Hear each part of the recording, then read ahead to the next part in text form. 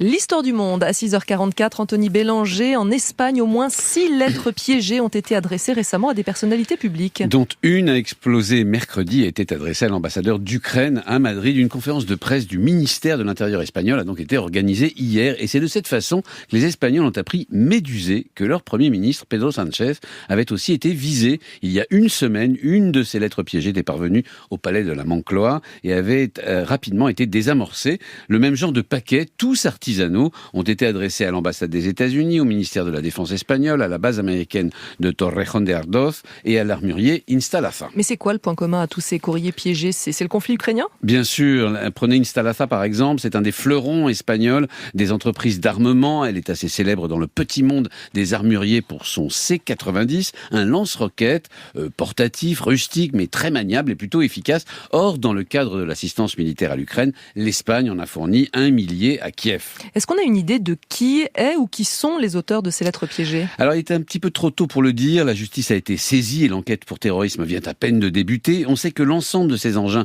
ont été envoyés depuis le territoire espagnol et que l'explosif utilisé semble provenir, d'engins pyrotechniques. En clair, il s'agirait de poudre issue de gros pétards évidés. Mais en Espagne, il y a une contestation contre le soutien apporté par Madrid aux Ukrainiens. Alors ça, c'est vieux comme l'Espagne, cette affaire. Alors, l'Espagne a une très ancienne tradition pacifiste militante. C'est un pays qui n'a participé ni à la Première ni à la Deuxième Guerre mondiale, qui a été traumatisé par sa guerre civile entre 1936 et 1939 et qui a toujours été réticent à envoyer ses soldats à l'étranger. Souvenez-vous des millions d'Espagnols qui, en 2003, s'étaient mobilisés dans les rues du pays pour refuser l'envoi de troupes en Irak. Par ailleurs, l'Espagne est un des pays d'Europe où l'anti-américanisme est le plus virulent, surtout à gauche.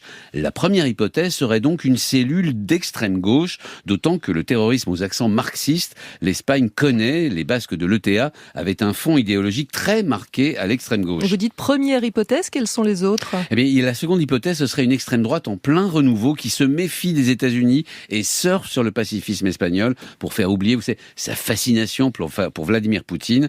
Et en marge, des militants radicalisés tentés par un coup d'éclat. Dans tous les cas, on le voit bien, il s'agit d'une histoire très espagnole qui mêle anti-américanisme, pacifisme radical et une longue histoire de militantisme d'extrême droite ou d'extrême gauche qui n'hésite pas à recourir à la violence, voire au terrorisme. L'histoire du monde, signée Anthony Bélanger.